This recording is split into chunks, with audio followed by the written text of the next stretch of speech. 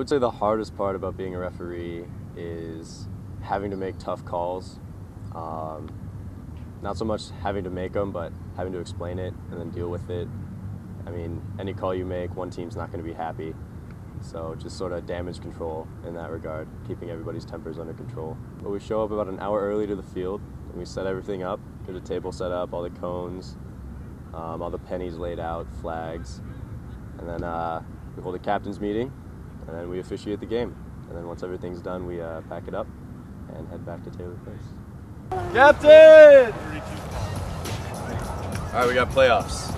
The rules are the same as regular season. Watch contact on the line. You guys know the rules. Make it like a big basketball. Watch flag guarding. We're watching that. The other big thing, playoffs, it's more intense.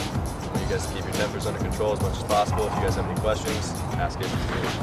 I would say the hardest thing is getting to know all the calls and all the yardage. Once you get that done, just experience and repetition.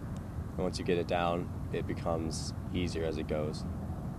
Some of the most common ones are illegal contact. Since flag football is a non-contact sport, any sort of contact is a penalty. Flag guarding is another big one, and then false starts and things like that. Those are the most common. Every season, you have to go to 3 days of training. It's 2 days in a classroom. I think it's about 3 hours each night. And they go over all the calls, all the penalties, all the things, all the mechanics, things like that. And then you have 1 day where it's scrimmages where you're just practicing at every position, and that's another 3 or 4 hours. Usually I stay pretty composed, pretty calm and collected.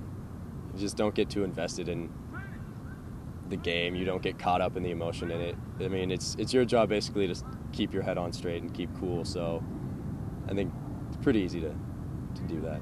One time I had a player come up to me and shake my hand and congratulate me on blowing the game for his team.